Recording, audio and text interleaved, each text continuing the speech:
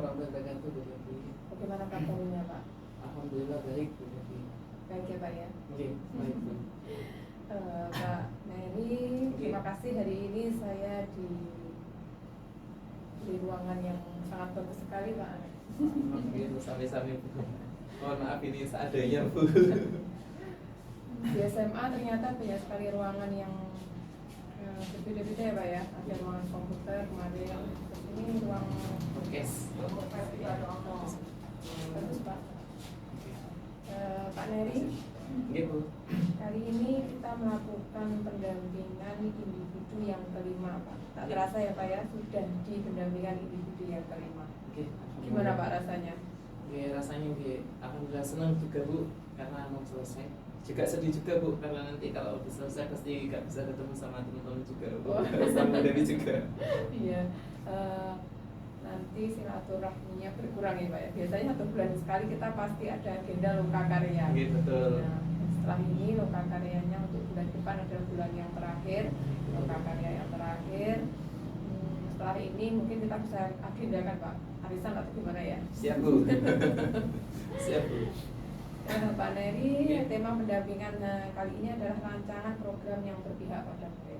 Siap, Nah, Bu. fokus pendampingannya yaitu refleksi penerapan aksi nyata modul 3.1, Siap. kemudian diskusi rancangan program yang berdampak pada murid, diskusi perkembangan komunitas praktisi yang dijalankan di sekolah, serta implementasi dari rencana Loka Karya 3 untuk berbagi ke rekan sejawat. Nah, Pak Neri, kali ini juga ada keterampilan coaching untuk supervisi akademik.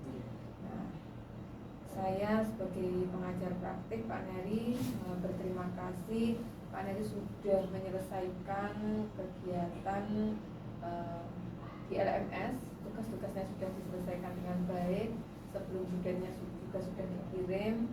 Terima kasih atas daya upayanya Pak Neri selama ini.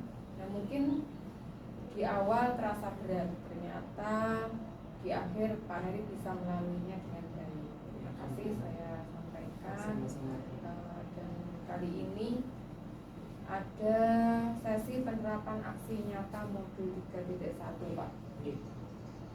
Nah, di sesi ini Pak Neri tidak ditugaskan untuk melaporkan implementasinya melalui LMS ya. Pak Neri hanya mendiskusikannya, pengalaman dan refleksi dari aksi nyata ini bersama pendamping, yaitu saya sebagai pengajar praktik pada saat pendampingan individu. Nah, kali ini saya akan memulai melaksanakan refleksi dengan Pak Neri. Apakah sudah siap? Sudah siap. Sudah siap ya Pak ya? Pak Neri, berdasarkan hasil pemetaan yang Pak Neri lakukan, bagaimana hal tersebut mempengaruhi proses pengambilan keputusan yang dilakukan oleh Pak Neri? Sangat berpengaruh Bu, karena ketika saya mengambil sebuah keputusan, saya itu juga harus melihat aset-aset yang ada di sekolah saya itu seperti apa. Nah, biasanya saya mengambil keputusan itu harus berdasarkan pada keputusan yang berpihak pada murid. Bagaimana nanti dampaknya dengan peserta didik saya, dan juga saya juga tidak boleh mengabaikan dari segi yang lain, misalnya untuk warga sekolah itu bagaimana. Intinya pengambilan keputusan yang saya buat, yang pertama itu harus saya koordinasikan dan saya diskusikan dulu dengan pimpinan saya. Kemudian juga kadang-kadang saya diskusikan dengan rekan kerja saya, tim saya, apalagi ini juga berkaitan dengan aset. Biasanya saya juga akan berdiskusi dengan sarpras dari sekolah saya, dan juga saya kesiswaan bagaimana nanti dampaknya kepada peserta didik sekolah. Ternyata banyak sekali yang harus dipersiapkan ya Pak ya, untuk proses pengambilan keputusan ini. Pak Neri, apa hal yang menurut Pak Neri masih perlu dikembangkan atau perlu dievaluasi lagi Pak? Iya, yang harus dikembangkan yaitu mengenai bagaimana kita mempromosikan aset kita, dan juga bagaimana kita bisa menjalin kolaborasi dan juga kerjasama yang baik dengan warga yang ada di sekitar sekolah saya. Misalnya kita bisa menjalin kerjasama dengan industri kecil yang ada di sekitar sekolah kita. Misalnya kalau di sekolah saya kan sekolah dengan dekat dengan pabrik susu dan juga pabrik pengolahan tepung itu ada. Itu juga ada Bu. Kita bisa mungkin kedepannya saya ingin sekolah ini mengembangkan lebih banyak lagi bekerja sama dengan industri, baik itu UMKM atau kerajinan-kerajinan yang ada di sekolah. Kemudian juga misalnya kayak semacam pabrik juga. Di sini juga ada kerajinan rumahan seperti mengolah bata. Itu kan juga kalau kita ajak murid kita atau peserta didik kita ke tempatnya kan secara langsung kita juga akan mengajak anak-anak untuk bagaimana cara membuatnya. Tapi kebetulan di sekolah kami kan double track gitu. Jadi double tracknya ada tatap muka, itu juga kita bisa menjalin kerjasama dengan pembimbing atau pembina double tracknya. Kita ajak untuk kerjasama dengan pihak yang ada di luar sekolah. Otomatis nanti secara kedepannya kita juga bisa mengembangkan dan juga membuat sekolah nama kita itu lebih dikenal masyarakat sekitar. Ternyata di sekolah ini ada double track ya Pak ya? Ada Bu, ada Bu. Berarti itu semacam kalau di sekolah dasar mungkin ekstrakurikuler ya Pak ya? Bukan Bu, Bukan ya? bukan. Berbeda? Berbeda. Jadi double track itu semacam kayak suatu kegiatan yang kita bekerjasama dengan ITS Bu.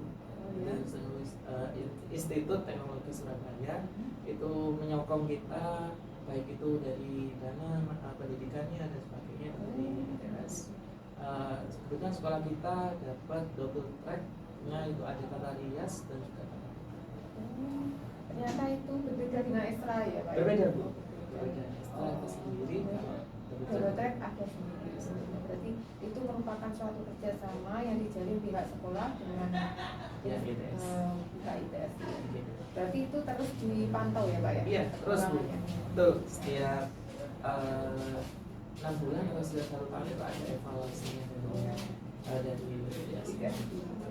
Berarti evaluasinya juga ada sehingga perkembangannya tetap terpantau. Betul. Bagus sekali Pak, ternyata ada program track jadi pemikiran baru. Pak Nari, apa hal yang menurut Pak Nari mendukung keberhasilan dari keputusan yang diambil tersebut? Mungkin yang pertama Bu, otomatis sebenarnya kalau kita ingin mengambil keputusan otomatis itu nanti adalah kita mengambil sebuah keputusan yang menyangkut orang banyak. Jadi ketika menyangkut orang banyak, langkah pertama yang akan saya lakukan adalah saya harus bisa berkomunikasi baik dengan semua orang. Yang saya awali dari komunikasi dengan kepala sekolah saya dulu, baru kemudian turun ke manajemen sekolah, baru nanti kita komunikasikan ke guru semuanya.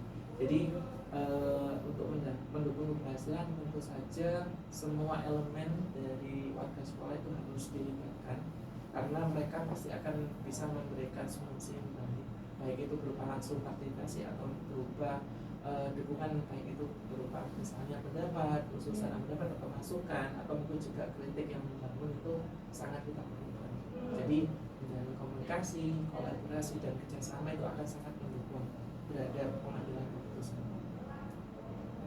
Banyak sekali yang mendukung ya Pak ya untuk kegiatan pengambilan keputusan ini. Dibutuhkan kolaborasi, kemudian pendapat dari Bapak Ibu guru yang lainnya. Betul. Adakah pengalaman yang terjadi Pak Neri, baik dalam waktu dekat ataupun sebelum mengikuti pendidikan guru penggerak yang mencerminkan dilema etika, baik itu terkait murid maupun rekan sejawat? Betul. Dalam waktu dekat ini Bu ya, pengalaman saya itu yang dekat ini kebetulan kemarin barusan terjadi itu tentang siswa Bu. Ya. Jadi siswa itu saya kebetulan saya wali kelasnya, anaknya adalah anak didik saya. Itu dia memang, mohon maaf Bu, memang dari keluarga ayah ibunya memang cerai. Program home, kemudian ya, membutuhkan perhatian otomatis. Nah, siswa saya ini biasanya kalau berangkat sekolah itu selalu telat. Ya, telat. Kapan hari itu dia ke sekolah itu baru nyampe sekolah itu jam 9 pagi. Sementara kita kan kan jam 7. Gitu. Di sini dilema yang paling kerasa adalah ketika saya mengantarkan dia ke kelas. Nah, anak-anak biasanya kan mereka itu kok datang datangnya jam 9 boleh gitu. Nah, itu, Nah, itu. sementara di sisi lain kalau saya memperlakukan aturan yang sesuai sekolah, dia pasti nggak akan sekolah gitu. Jadi kadang-kadang di sisi anak didik saya juga harus sesuai aturan, dan di sisi yang lain saya juga ada rasa kemanusiaan kepada anak. Memang itu masuk ke dilema Pak ya. Dan dilema itu karena yang nggak menyenangkan. Betul. Soalnya yang murid yang lain pasti kok boleh ya seperti itu. Iya, Bu. Padahal dia itu sudah mengalami masalah di rumah itu. Masalahnya kalau tidak ada dukungan dari orang tua itu pasti dia itu kan nggak pengen sekolah. Betul, Bu. Itu biasanya juga sering saya jemput anaknya di rumah. Jadi kalau dia nggak datang gitu, misalnya saya langsung ke rumahnya, saya jemput, saya gonceng Bu ke sekolah. Sampai gitu. Sampai seperti itu ya Pak ya. Mungkin sudah ada masalah di rumah, dianya itu sudah nggak mau sekolah mungkin seperti itu. Kita kan nggak bisa langsung memvonis kamu itu salah, kan nggak bisa. Betul. Karena dia kan memiliki alasan sendiri kenapa dia melakukan salah tersebut. Ya Pak Neri, menurut Pak Neri, apakah proses pengambilan keputusan yang dilakukan sudah sesuai dengan prinsip dan langkah yang dipelajari di modul 3.1? Sudah Bu, sudah sesuai. Saya sudah menggunakan pertimbangan dengan menggunakan 4 paradigma, 3 prinsip, dan juga 9 langkah dalam pengujian pengambilan keputusan. Jadi ketika saya ada masalah, saya akan menggunakan langkah-langkah tersebut. Memang langkah-langkah itu yang kita dapat di pendidikan guru penggerak ini paling tidak kita bisa gunakan sebagai dasar pengambilan keputusan. Betul Bu. Ya, apa hal yang menurut Pak Neri perlu dikembangkan atau perlu dievaluasi dari proses pengambilan keputusan tersebut? Yang pertama, saya harus banyak terus belajar. Saya harus terus belajar dalam pengambilan keputusan yang paling bijaksana. Yang mana otomatis saya juga harus sering mengajak diskusi kepada pimpinan saya. Kemudian saya juga harus banyak sekali mengambil pendapat dan juga saran dari rekan-rekan kerja saya, terutama yang sudah senior. Biasanya beliau-beliau kan punya pengalaman yang banyak, bisa saya mintai pengalaman yang seperti apa. Jadi saya punya wawasan ke depan itu seperti apa. Jadi apa yang harus saya lakukan, yaitu saya harus terus banyak mengamati, observasi kepada teman-teman. Ketika mungkin teman-teman ada masalah itu, saya bisa tahu seperti ini cara untuk mengatasinya. Seperti ini cara yang paling bijak, yang berpihak pada peserta didik, seperti itu. Dan juga jangan lupa di sini sebenarnya yang paling penting adalah menjalin komunikasi dengan banyak pihak dan juga melakukan kolaborasi dengan semua yang ada di sekolah dan juga semua warga sekolah. Begitu bapak ibu guru, kepala sekolah, karyawan, staf TU dan juga mahasiswa. Sebelum kita mengambil keputusan itu harus benar-benar dipertimbangkan karena hasil yang kita peroleh dari pengambilan keputusan tersebut akan memiliki dampak tersendiri. Nah, itu yang nantinya perlu dipikirkan lagi. Ya Pak Neri, selanjutnya kita masuk ke rancangan program yang berdampak kepada murid. Siap. Di sini kita akan berdiskusi tentang rancangan program yang berdampak pada murid yang ada di LMS ya Pak ya. Iya, siap. Pak Neri, apakah Pak Neri sudah membuat rancangan program yang berdampak pada murid Pak? Iya Bu, saya sudah membuat rancangan program yang sudah memiliki dampak yang positif pada murid.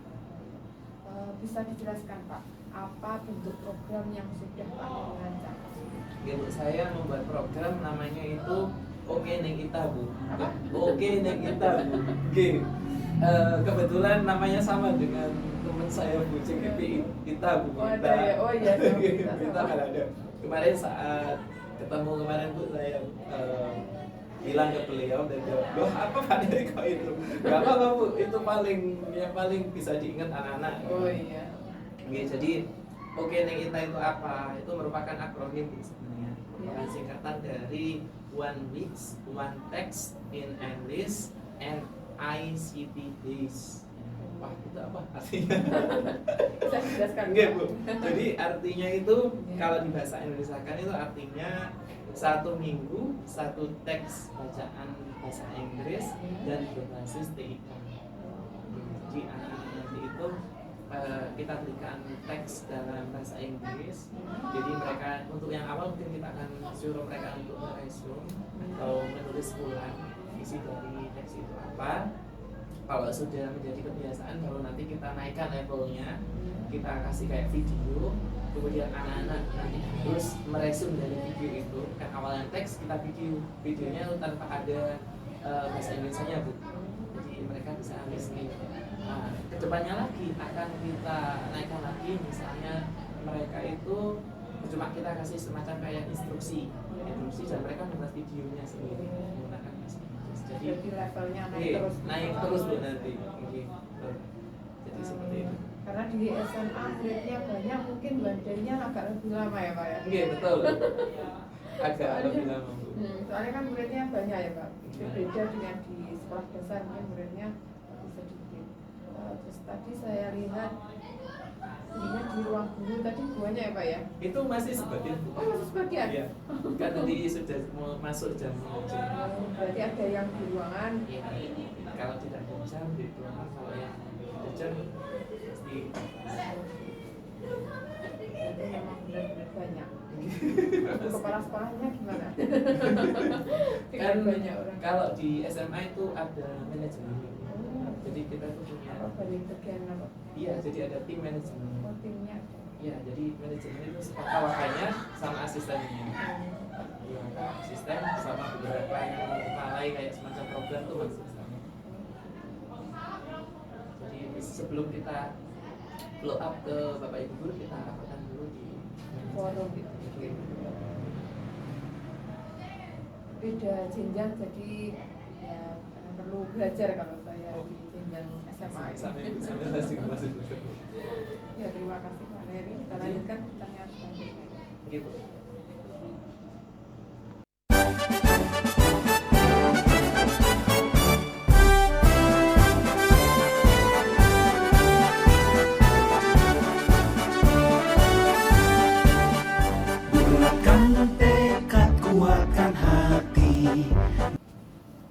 Alhamdulillah Pak Neri, kita sudah berada di sesi terakhir.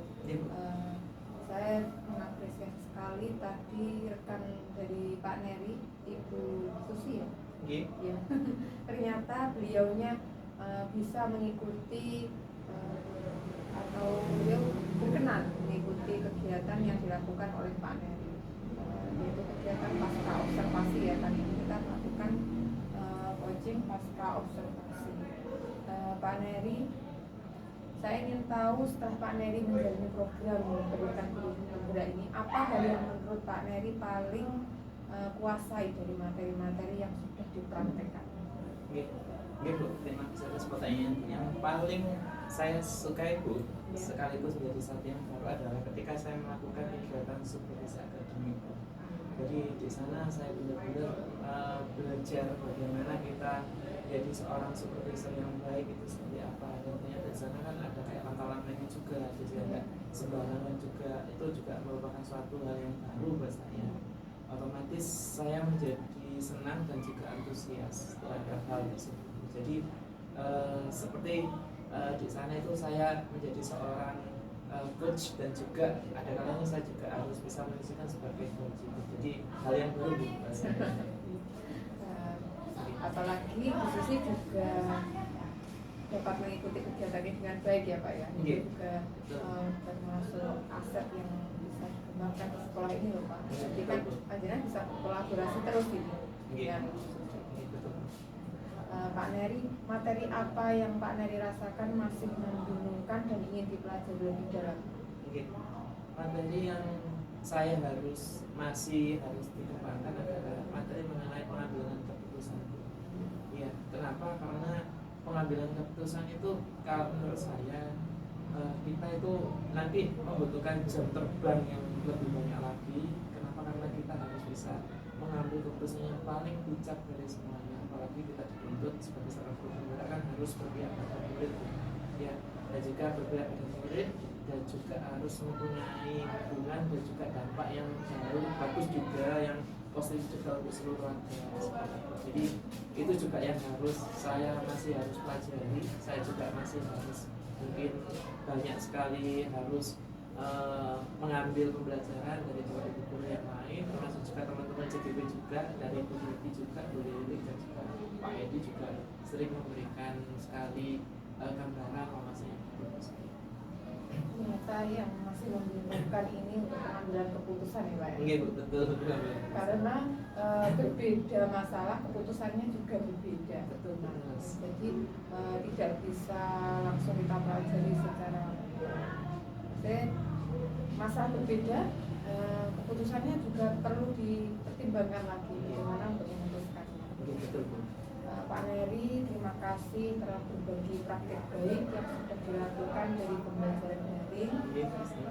Dan saya sangat senang sekali tugas-tugas di RMS sudah selesai dengan baik, sesuai dengan sebelum budgetnya sudah dikirim oleh Pak Neri.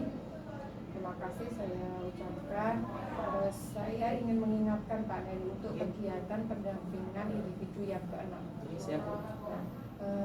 Untuk pendampingan individu yang ke-6 ini, Pak Neri diminta untuk menyebarkan, mengumpulkan dan menginput survei tentang kompetensi guru penggerak, dan kegiatan ini sudah harus dilakukan sebelum pelaksanaan PMI 6 yang akan datang.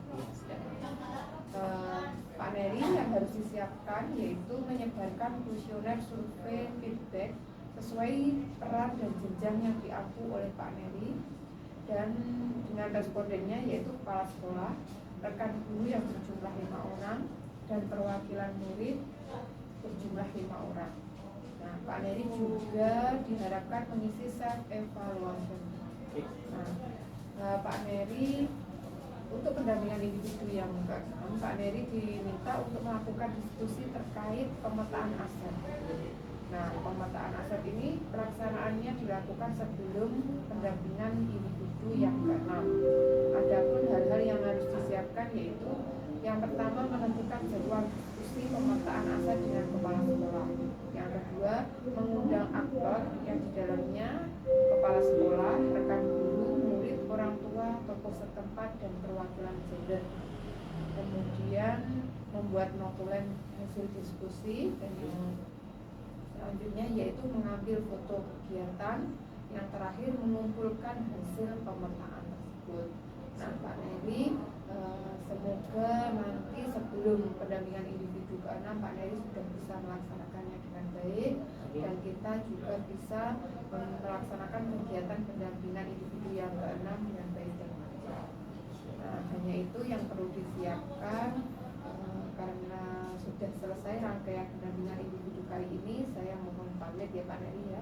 Saya akhiri. Wassalamualaikum warahmatullahi wabarakatuh. Waalaikumsalam warahmatullahi wabarakatuh. Terima kasih banyak. Ya, sama-sama.